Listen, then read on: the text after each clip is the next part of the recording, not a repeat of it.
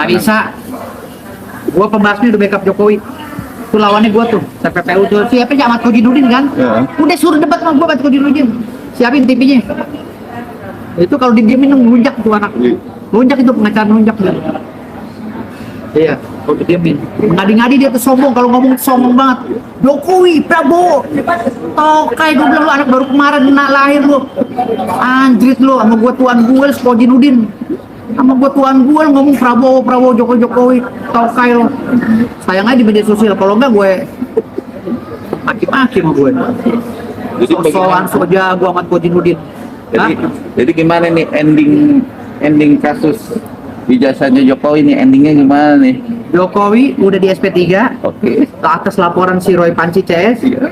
Ya. Tinggal Roy Panci diperiksa, penjara. Udah selesai. Udah itu aja endingnya. Oke. Siapa mampu? Selamat pagi, Prof. Selamat pagi. Bagaimana pandangan Prof mengenai Roy Suryo yang mengadu Komnas HAM mengenai jasa Pak Jokowi? Ya, saya kira ini kan ranah pidana ya. Saya kira Pak Roy Suryo dan kawan-kawan harus ya siap menghadapi. Karena ini kan sebenarnya Pak Roy Suryo dan kawan-kawan yang telah menyebar fitnah, perbuatan tidak menyenangkan, kemudian juga pencemaran nama baik ya terkait dengan ijazah Jokowi. Jadi sebenarnya nggak ada kaitannya dengan Komnas HAM karena ini bukan kriminalisasi, karena ini adalah memang ranah pidana di mana orang memfitnah, di mana orang mencemarkan nama baik. Nah kemudian Pak Jokowi telah melayani orang yang menjadi sasaran, beliau membawa ke ranah hukum, itu sudah benar. Jadi kalau Pak Roy Suryo dan kawan-kawan merasa dia itu terdolimi, kriminalisasi, itu salah. Justru Pak Roy Suryo dan kawan-kawan yang membabi buta ya menuduh ijazah Jokowi. Harusnya kalau menuduh ijazah Jokowi itu punya ijazah aslinya, membandingkan oh ini palsu gitu. Kan sudah dijelaskan oleh yang luar ijazah, yaitu Universitas Gadjah Mada dalam hal ini Fakultas Kehutanan. Teman-temannya seangkatannya juga sudah menjelaskan ijazahnya, arsipnya, skripsinya, ya kan, foto-foto wisudanya kan ada. Harusnya kalau berpikir sehat, ya sudah, memang itu udah pembuktian. Tapi kan tetap terus menuduh Jokowi. Akhirnya Pak Jokowi yang namanya manusia biasa, nggak tahan harga dirinya diinjek-injek, ya dia melaporkan ke ranah hukum supaya clear. Nah apalagi sekarang ijazah Jokowi sudah dinyatakan asli berdasarkan hasil lab dari Mabes Polri. Nah siap-siap aja untuk dikenakan beberapa pasal karena ini bisa perbuatan tidak menyenangkan, pencemaran nama baik, kemudian merusak harga diri, martabat, dan juga undang-undang ITE yang dilanggar karena dia menyebarluaskan yaitu dokumen palsu, ya kan.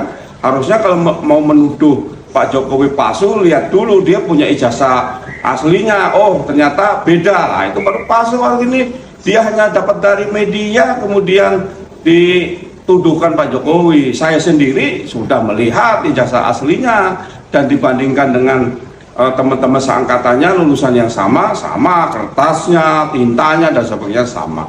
Saya kira Roy Suryo dan kawan-kawan hadapi, itu buah karma dari kalian yang selalu ya menjelek-jeleki Pak Jokowi, membela Pak Jokowi, orang yang sudah baik ya, pernah menjadi presiden 10 tahun tetapi tetap kamu fitnah dan sebagainya. Sekarang hadapi ya, nanti kalau kena undang-undang ITE dan sebagainya 9 tahun ya, minimal 4 tahun ya, rasakan nikmati di rumah Hotel Prudeo. Saya kira itu.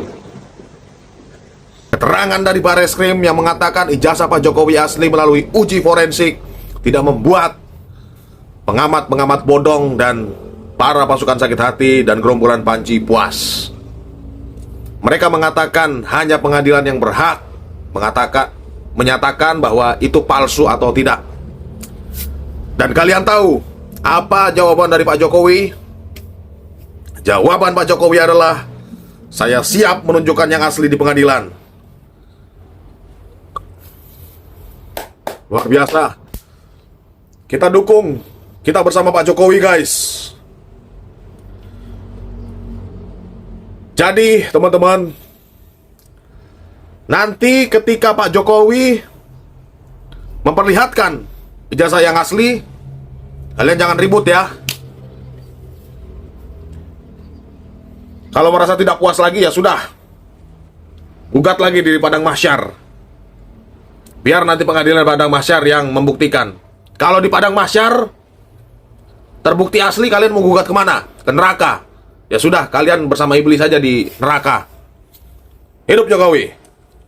Dipolisikan oleh Bapak Jokowi dengan pasal UU ITE, Roy Suryo tidak terima karena UU ITE itu dia yang buat. Salam APBN, ambil positif, buang negatif, tonton videonya sampai habis. Jadi akhirnya Pak Jokowi itu melaporkan Roy Suryo ya guys ya. Terus secara gamblang, secara belak-belakan, Roy Suryo bilang kalau Pak Jokowi itu jahat karena menggunakan UU ITE untuk mempidanakan. Karena dilaporkan oleh seseorang bernama Jokowi ya, dengan pasal-pasal fabrek ya, ada pasal 30, 311, 27A, ITE, 232 ITE dan 35 itu.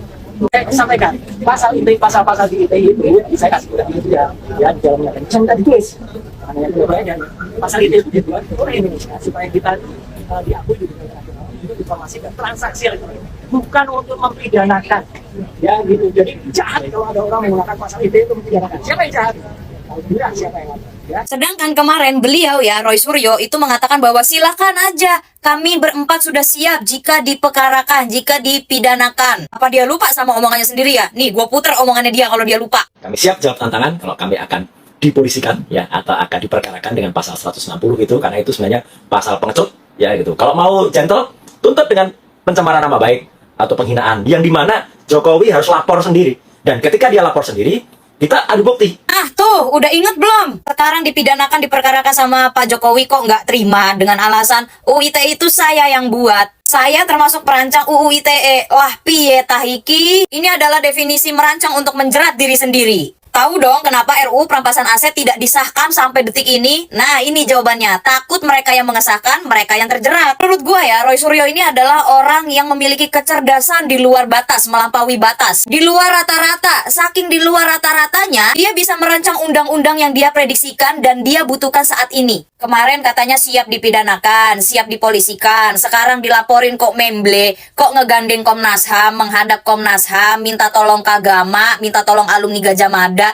Ini gimana sih? Roy Suryo merancang UU ITE, tapi dia bilang orang itu jahat kalau menggunakan UU ITE untuk mempidanakan seseorang. Lah, dulu gua masuk Bareskrim karena UU ITE dan gua itu bisa dipidanakan. Berarti dulu orang yang mau mempidanakan gua tuh jahat ya. Padahal saat itu gua mengakui kalau itu adalah kesalahan gua dan gua memang siap untuk diperkarakan, siap untuk dipidanakan. Terus buat apa undang-undang ITE dirancang kalau tidak bisa dipakai atau tidak bisa dipergunakan untuk menghukum seseorang? Buat apa ada itu ITE? Pencemaran nama baik itu adanya di UU ITE. Kalau UU ITE pencemaran nama baik tidak bisa digunakan untuk menghukum seseorang, maka semua orang akan dengan sadar dan akan dengan sengaja mencemarkan nama baik banyak orang. Karena tahu, oh, gua nggak bakal nih dimasukin penjerong, gua nggak bakal nih kena hukuman dan segala macam. Buat apa itu undang-undang dibuat? Pantesan dari dulu banyak banget yang bilang kalau UU ITE itu adalah undang-undang karet, pasal karet, ternyata yang merancang dia. Pantesan aja UU ITE itu banyak disalahgunakan orang-orang yang salah, tapi nggak mau disalahkan. Ternyata ini adalah definisi senjata makan tuan. Terus emang kenapa kalau dia yang merancang? Terus berarti dia yang merancang, dia bebas dari jeratan hukuman gitu? Kebal gitu? Akan ya kata Roy Suryo, nih ya Roy Suryo loh yang ngomong. Bahas ijazah bukan orangnya, tapi dipolisikan soal pencemaran nama baik. Lucu banget.